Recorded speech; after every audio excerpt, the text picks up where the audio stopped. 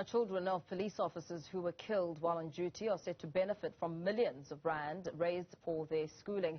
About 6.6 million rand has been raised by some corporations. The money will be managed by the Police's Education Trust Fund for children that are between grades RR and tertiary level. Joining us is Richard Mamabolo, Police and Prison Civil Rights Union spokesperson, to give us an idea on what this means. Richard, a very good afternoon to you. Thank you for your time. What do you think of this initiative? Good afternoon to you and the viewers. We do welcome the initiative. We think it's long overdue. But of course, considering the number of police officers that are killed on duty over the years, we do not think that it's sufficient enough. Of course, it's something that should be welcome. But just in the past 4 years, we've lost over 140 police officers. And within the past 12 months, there have been about 23 who were killed. And of course, this goes back to previous years where a lot of police officers have been killed, those who are on duty and those who are not on duty. So we think that to cover such costs, of course, there should be initiatives by the SAPS management and, of course, other departments within the criminal justice cluster in its entirety. We believe, for example, you've got a death grant which is currently ongoing, which is around 250,000 rands for deceased officers' dependents when they lose their lives. But what we have obviously picked up from most dependents has been the fact that this allocation has not been sufficient enough to even take the kids through schooling and, of course, sustain the families.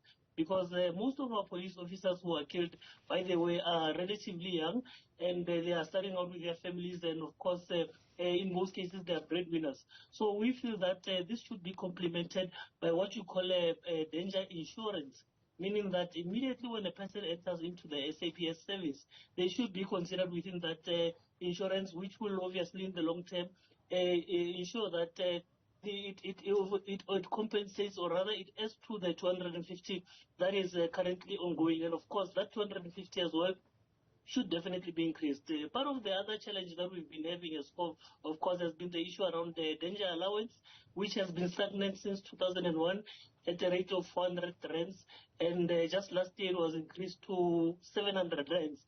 As much as we did welcome it in the last year, we had also indicated that in line with the agreement that we entered into with the SAPS management back in 2001 under the Safety and Security Sectoral Bargaining Council was that it should be increased on a yearly basis in line with the consumer price index. Now, that has not happened. And if it had happened in line with that agreement, it should be standing at 1,500 at the moment. So definitely this initiative is quite a step in the right direction, and of course there should be more done, not only from the side of the SAPS, but as well as to ensure that business and all other stakeholders make different other contributions, whether it's monetary or not, because last year as well we held our policing endeavor. Part of the discussions that we had with all stakeholders was to look into ways in which we could ensure that we limit the number of police officers that are being killed on a regular basis.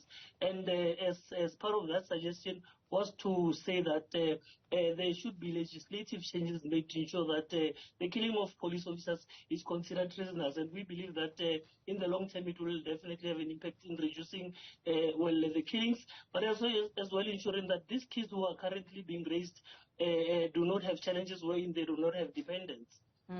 Absolutely. Does this initiative give us an indication of the day-to-day realities and struggles of families who have since lost their loved ones in the line of duty? I mean, this initiative, does it paint a picture of the reality and the harsh reality that families left behind are facing? Look, the reality is quite dire to what we are actually observing. This is an initiative in recognition of the fact that there are challenges, but of course, as a union, we get to interact with widowed wives, orphaned kids, and all these other people in ensuring that we actually ensure that even when their breadwinners are gone, they've got some form of income or rather support which would ensure that they live better lives. And by the way, this does not only apply to children of police officers who died in the line of duty. It's even worse for those who die while not on duty, but obviously being killed over reasons which are have got an implication, or rather are related to the kind of work they do. For example, investigations and all such things. So unfortunately, they are not being covered under this 250,000. But the challenge is quite broader actually. That is why, as a union, we've always managed to partner with organizations like Safer South Africa Foundation, for example, which obviously focuses on ensuring that we go out to high schools and ensure that we bring about learners to ensure them that they understand how the criminal justice class, the criminal justice cluster operates, and of course through that they get certain benefits, and we think that it will obviously in the long term yield in more of our young people staying out of the lives of crime. You touched on something. You touched on what was addressed at the Indaba that you held around aims and initiatives aimed at reducing the number of police killings. Experts within the space are saying that South Africa's policing strategy is misguided and it's ineffective, and its approach to combating crime is destined to fail. What do you say about that? Yeah, look, there are obviously a number of challenges that the SAPS on its own faces. There are a lot of underlying challenges, of course, from the union side as well.